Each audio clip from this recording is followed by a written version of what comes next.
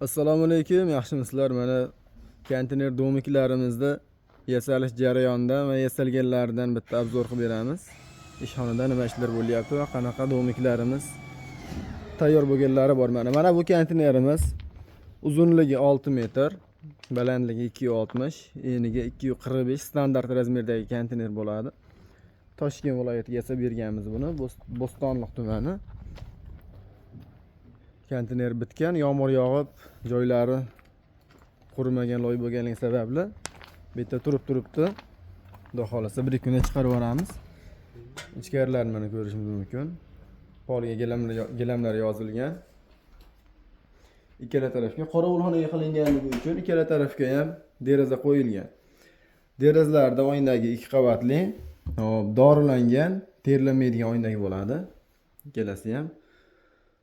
Xonani razmeri 4,5 metrga 220, ichkarining to'liq qolishi akfa eshik qo'yilgan. Bu tarafdan akfa eshik, bunisi sanuzilga kirish uchun. Sanuzilda mana kirishimiz bilan bitta unitaz qo'yilgan. Tepasiga Ariston rakamina dushlarni yaxshidan qo'yib berganmiz. Mana ko'rishingiz mumkin. Pianinali vaqtida $100 dan sotilgan dushlar. Iloji boricha yaxshi sifatli narsalarni qo'yib, olgan klientlarni xursand qilib rozi qilishni niyat qilganmiz. Devorlar 60 talik dekor plast, qattig'idan, devordikidan haqiqiy elektrik montajlari 2 ga 2,5 Aziya yoki uz kabeldan bo'ladi montaji. Avtomatlar qo'yilgan, tashqaridan to'kdi, tashqaridan suv do'lanadi.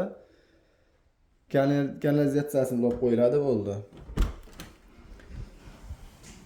Narxi $2400. Vodiy Toshkent bo'yicha dastavkasi ichida bo'ladi. Vodiyga manipulyatorda jo'natib beramiz, borib tushirib beriladi. Vodiydan tashqari Toshkentga furada jo'natamiz. Yetib borishiga bitta kran chaqirib ustunovka qilib olinadi.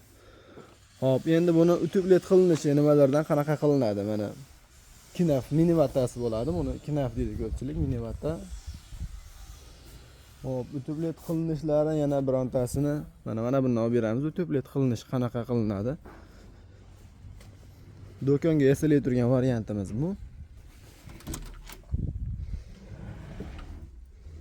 Mana utublet mana shunaqa holatda elektrik montajlari tortilgan. Utubletning ichiga mana oq po'kakdan qo'yiladi.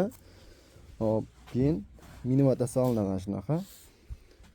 Reykani orasiga emas, reykani tagidan, reykani arkasidan qo'yiladi. Chunki reykani orasiga solinsa, reykani oralari bo'sh qolib ketib, temir qolib ketadigan bo'lsa, taligi terlashligi yoki issiq sovuqni yaxshi ushlamay qolishi mumkin. Shuning uchun oldin utublet qilib olib, polni izolyatsiyadan keyin reykalar tortiladi.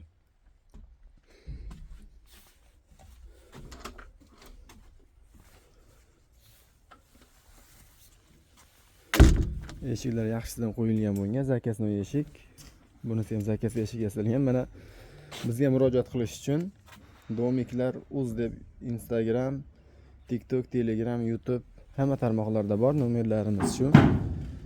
Bo'sh konteynerlarimiz ham bor. Bemalol telefon qilib, kelib ko'rib, konteynerni tanlagan konteynerga zakat qilishingiz mumkin. Bo'sh konteynerlar ham sotiladi bizda. Asosan 6 metr.